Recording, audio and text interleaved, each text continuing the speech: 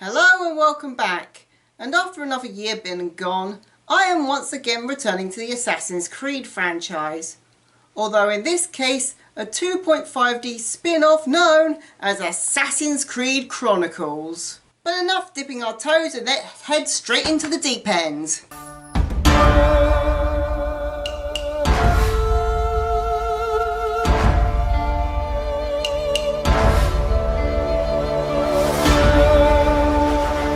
This game is technically 3 games set in different time periods with different protagonists, all connected by this ancient precursor box that originally belonged to everyone's favourite Florentian haydiver.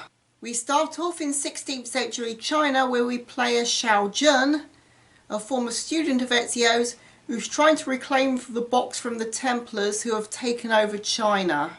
In chapter 2 we travel into 19th century India, where we play as Abbas Mir, who is also trying to track down the box and find out what the Templars actually plan to do with it.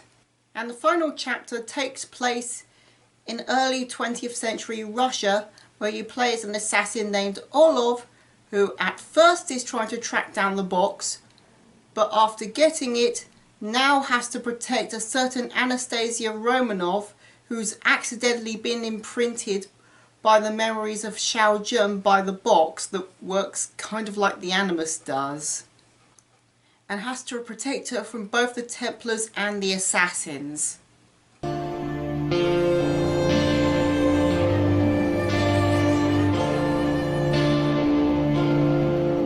The gameplay is mostly consistent throughout the 3 games, although there are some changes in the mechanics and in how the gameplay is actually applied. Primary gameplay mostly consists of 2D platforming with a heavy emphasis on stealth and a combat system that's a bit too cumbersome and overly complicated for its own good.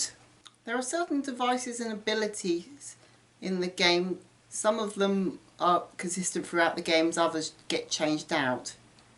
Let's start with Xiao Jun, who starts out with a voice ability to sort of attract guards away from their post, noise darts to attract their attention, firecrackers to stun them for a while, and throwing knives to cut things down or attack enemies from afar. Abbas switches the throwing knives out for a throwing disc that can bounce off walls, and switches the firecrackers out for a smoke bomb that can blind enemies. And then Orlov, who switches out 2 of the abilities for a grappling hook and a sniper rifle. There are also some sort of special super abilities that you unlock throughout the games that you can access by gathering DNA points scattered throughout the levels, such as quickly moving from one hiding spot to another, hiding in plain sight, or making bodies you take down disappear.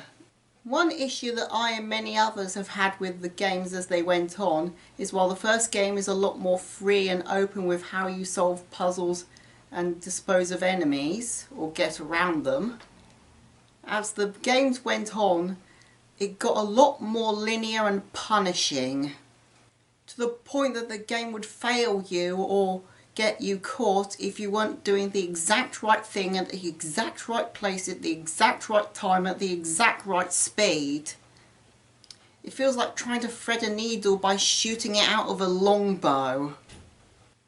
There are also hidden collectibles scattered throughout the levels, as well as hidden codes that, if you find all of them, you can unlock a secret ending. Ooh, how scandalous! Although you could just find it and watch it on YouTube if you don't feel like finding all the codes and writing them all down.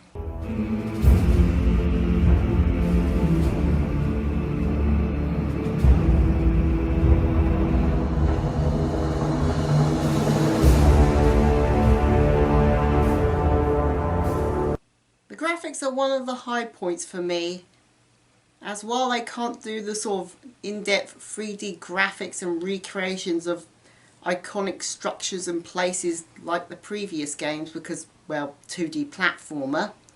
So instead they decided to make up for the fact by using art styles that befit the locations. such as China that has very brush technique addition to the art style, India that has vibrant colours and patterns, or Russia that has bold blacks, greys and reds that almost resemble an old style Soviet propaganda poster. As for music, I'll let Music Meister cover this bit. What, really? Well, the game does a masterful job at choosing music to fit the tone, time period and culture of wherever the game's set, while also using more modern instruments to emphasise more action-packed and tense moments. And whilst there aren't really any tracks that I'd say stand out, they also don't overshadow the rest of the game's aspects either. Just fitting in nicely. Is there anything else I need to say? That'll be all, Music Meister, thank you. And on to our final segment.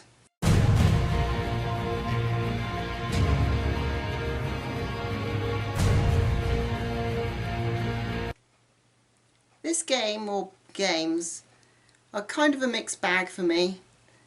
While I enjoy the art style and the music, the story isn't much to speak of, with the Russian chapter being the exception. And the gameplay, while functional and fun at times, can be extremely irritating and punishing. My recommendation? Play China's chapter if you want the least frustrating gameplay. Play the Russian chapter if you want a decent and interesting story, whilst also being willing to tolerate a lot of BS. And play India if you really want to, or you can skip it. Well, that's all from me. See you guys next time.